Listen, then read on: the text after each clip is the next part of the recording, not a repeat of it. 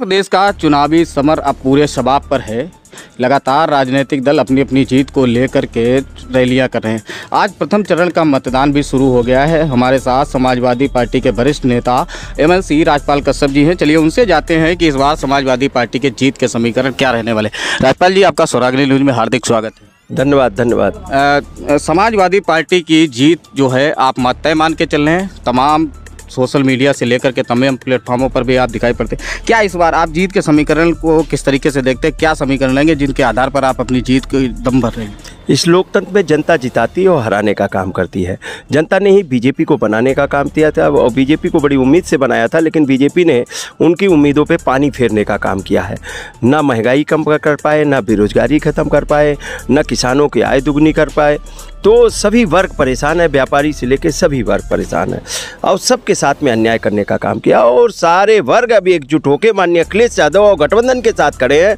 इसलिए मैं कह रहा हूँ बीजेपी का सफाया होना तय है और सभी लोग आपके साथ खड़े हैं। लेकिन भाजपा का भी घोषणा पत्र आया है और समाजवादी पार्टी का भी घोषणा पत्र आया है। दोनों घोषणा पत्रों में आप क्या मतलब ऐसा मान के चल रहे हैं कि समानता है या मतलब जो आपके घोषणा पत्र उनसे ज़्यादा बेहतर है?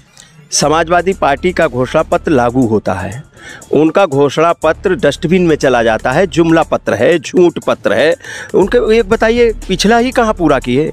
ना 70 लाख लोगों को नौकरी मिली, ना किसानों की आय दुगनी हुई, ना 14 दिन में गन्ने का पेमेंट हुआ और ना ही छात्रों को लैपटॉप मिला, ना डाटा फ्री मिला। कुछ तो नहीं काम हुआ। अच्छा, उनका घोषणा पत्र जो है वो जुमला पत्र। चलिए इससे थोड़ा आगे बढ़ते हैं।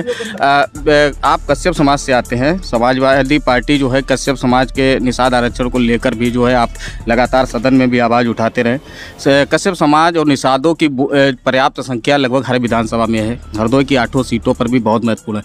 क्या कश्यप समाज को आप क्या मतलब जो है किस तरीके से अपने पाले में ले पाएंगे? क्या उनके लिए आपके दावे और वादे हैं? देखिए, कश्यप समाज का अपमान बीजेपी ने करने का काम किया है। महर्षि कश्यप और महाराजा निषाद राज हमारे महापुरुष थे।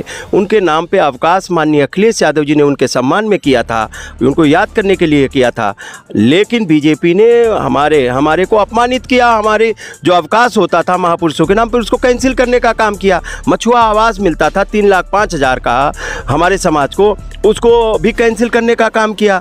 वीरांगना फूलन देवी की मूर्ति नहीं लगने दे रहे हैं और हम लोगों को मूर्ति लगाने जा रहे थे, गिरफ्तार कराने का काम किया।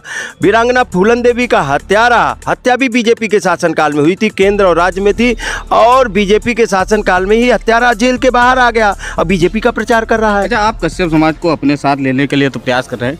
भारतीय जनता पार्टी भी निषाद वोटरों पर अपना हक जता रही।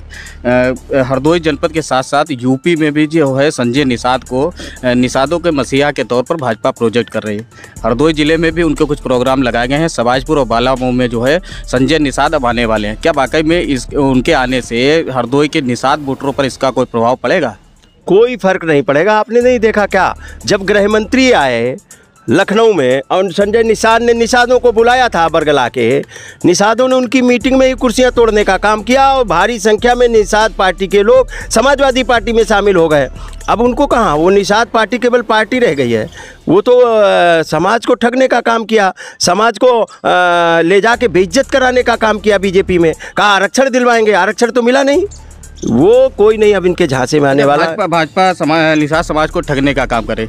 उत्तर प्रदेश के मुख्यमंत्री हैं CM योगी आदित्यनाथ जी और दिल्ली के मुख्यमंत्री हैं केजरीवाल जी। उनके ट्वीट को लेकर दोनों आपस में भिड़े और उनकी जो भाषा शैली थी वो बहुत मतलब जो है अच्छी नहीं थी। उसको लेकर के लाखों ट्वीट हुए।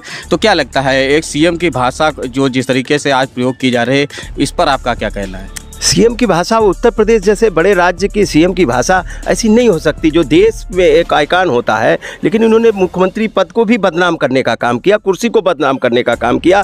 अब बताइए, इनकी गुंडे की भाषा रहती है, जो गली के लोग बोलते हैं वो भाषा बोलते हैं हमारे मुख्यमंत्री जी। हम लोगों और संत हैं, कहते हैं संत हैं, उसके बाद में भी ऐसी भाषा, इतना झूठ, इतनी गुंडई, ठोक देंगे, मार देंगे, तमंचा, गुंडा, बदमाश।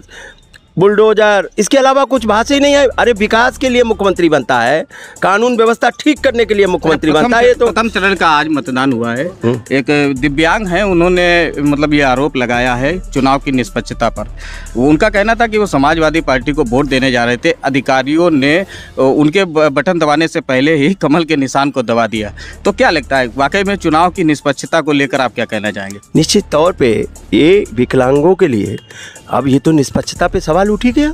बताइए, विकलांग जो निराश्रित है उसको भी बीजेपी जबरदस्ती गुंडाई कर रही है, कहाँ लोकतंत्र छोड़ रही है। आपने देखा होगा चुनाव में भी महिलाओं को नामांकन करने की चीरहरण करने का काम किया, लेकिन अब ये इनकी गुंडाई, इन लोकतंत्र की हत्या करना चाहते हैं, निराश्रित गरीब लोगों को भी धमका के दबाना चाहते हैं। अब जनता माननीय अखिलेश यादव जी के साथ में खड़े होकर इनका पूर्ण रूप से सफाया करेगी और माननीय अखिलेश यादव जी को पूर्ण और प्रचंड बहुमत का मुख्यमंत्री उत्तर प्रदेश की जनता बनाएगी। अच्छा, अखिलेश यादव जी को पूर्ण बहुमत मिलेगा। आपको क्या लगता है कितनी सीटें इस बार समाजवादी पार्टी को मिलने वाली हैं? समाजवादी पार्टी को इतनी सीटें मिलेंगी कि बीजेपी दहाई में नहीं पहुंचेगी। बीजेपी दहाई में नहीं पहुंचेगी। बीजेपी को दहाई में पहुंचने से रोकने के लिए राज्यपाल कश्यप जी लगातार मेहनत कर रहे हैं और पूरे यूपी में दौरे कर रहे हैं। अब देखना होगा कि आगामी 10 मार्च को समाजवादी पार्टी की साइकिल विधानसभा पहुंचती है या कमल जो है एक बार पुनः खिलेगा। आप सभी लोग हमारे साथ बने रहिए और हमारे पेज को लाइक करिए, चैनल को सब्सक्राइब करिए, कमेंट करिए। आप सभी लोगों का बहुत बहुत धन्यवाद।